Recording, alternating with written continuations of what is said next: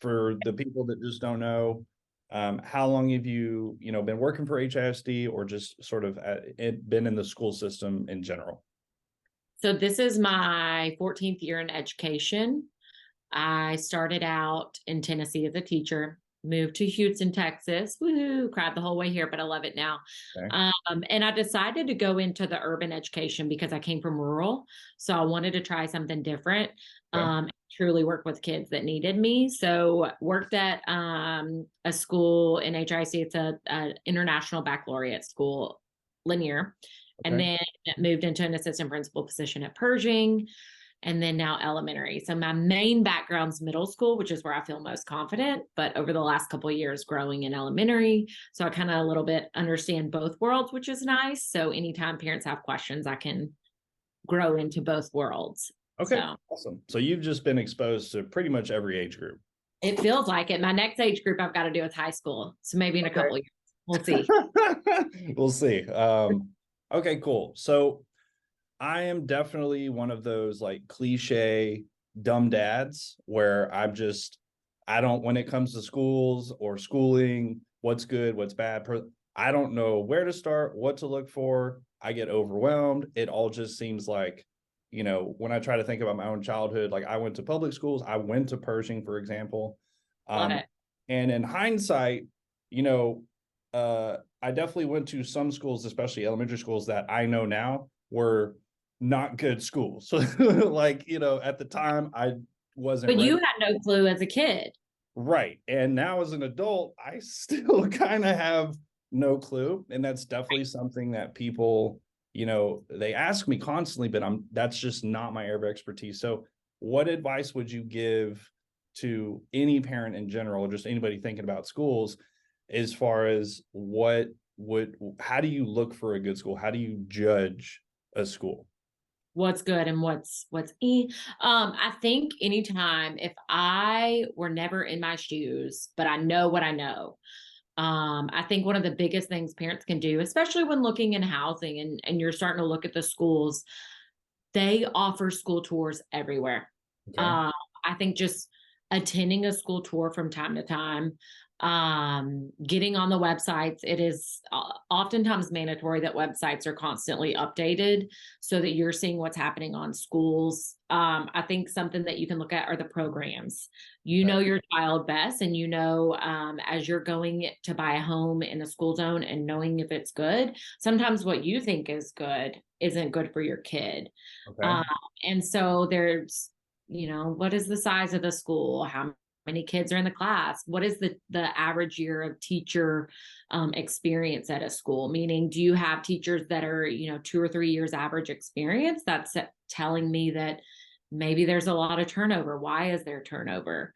Okay. Where you might look at some schools and the average is 10 years. And these are questions, if I went on a school tour, I would want to ask. I think we hear that a lot on our own school tours. What programs do you have? Mhm. What type of extracurricular will my child be offered? Because I think oftentimes schools from the outside, you look at them, may not look as pretty, but when you get on the inside, there's a culture inside that is positive.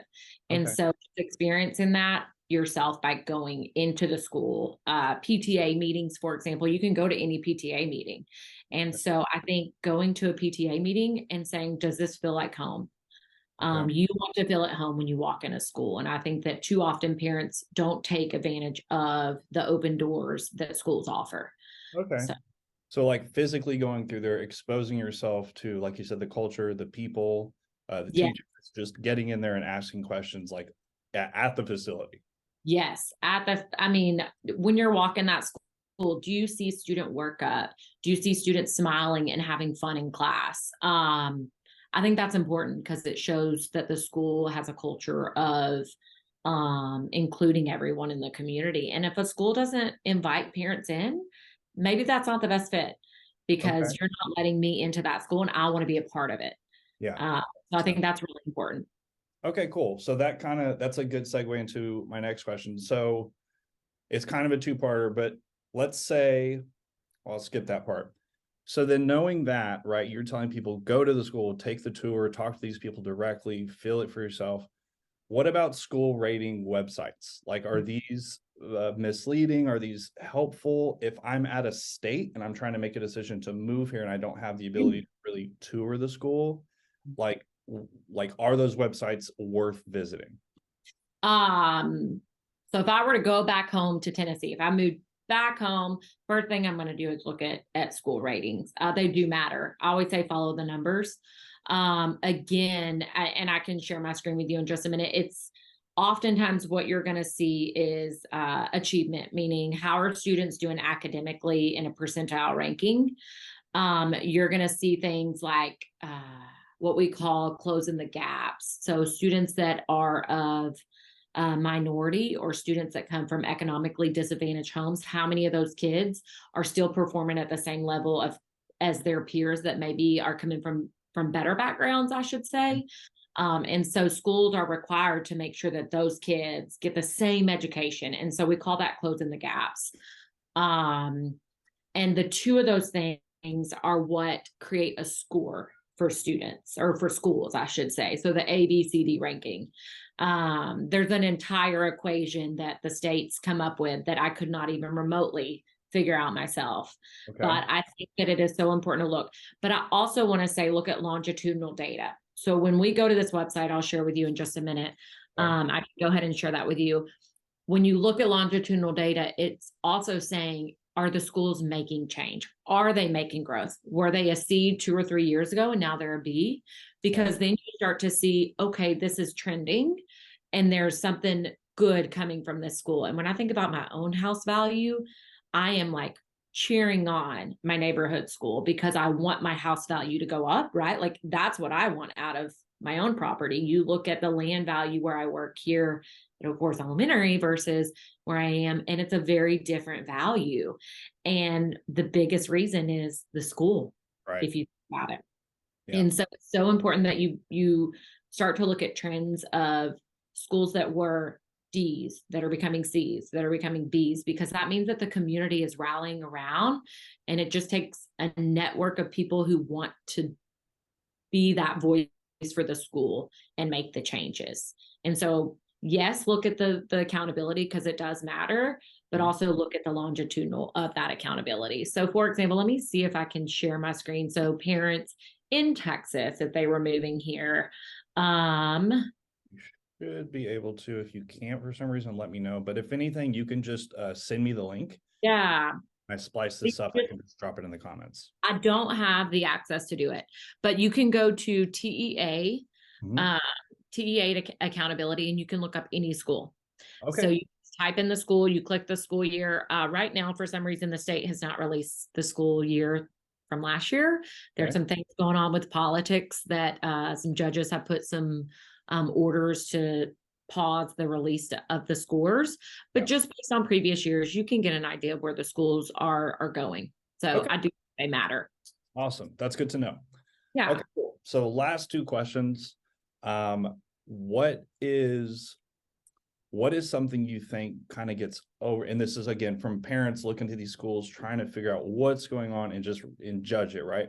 What is something you think most parents either forget or just overlook or just don't realize, hey, this is kind of an important piece that you should be looking at and you should be checking on, that you maybe see parents just skip over or just forget completely? Oh, I think the three most important things that parents may overlook, and I even for my own kid ask this a lot. What are the class size numbers? I think that's important. The state requires 22, but some schools can get waivers, and some schools ask for way too many waivers, where you might have 30 in a class because you don't have the funds to hire another teacher, which leads me to a second one, which is the administration team. I've always put the 5-year rule in. I think it's important for a school to have a principal at least 5 years before positive changes happen. Some can say 3. But how long has that principal been there, right? You want to know long-term what that looks like. And I think that we see a lot of people try to grow. into different positions and make more money, but principals that have been there and are sticking around, I think that's important that parents overlook, is who's on that administration team, because it starts at the top in a school. Mhm. And if culture starts with them, then you should see that from teachers, parents, and students. Okay. And the last thing, like I said, I think I said this already, the teacher experience. Do you have a lot of teachers that are first year teachers? Because then there's a lot of growing in that. And there's nothing wrong with a first year teacher. I'm sure there's getting a lot of support. But if you have multiple first year teachers on a team, who's growing one another? So the Sure. diversity of the school, I think, is really important in the Okay. teacher staff. Got it. So So then same question, but the opposite. So what are some things that you think people or parents maybe pay too much attention to, give too much importance to, that you can maybe tell them like, hey, I get it. You're concerned and you're obsessing over this thing, but something like that maybe they could just like let go of and not be so worried about. Anything? I love that question, because something I deal with every year in the spring, I get about 200 to 300 emails asking for specific teachers. Okay.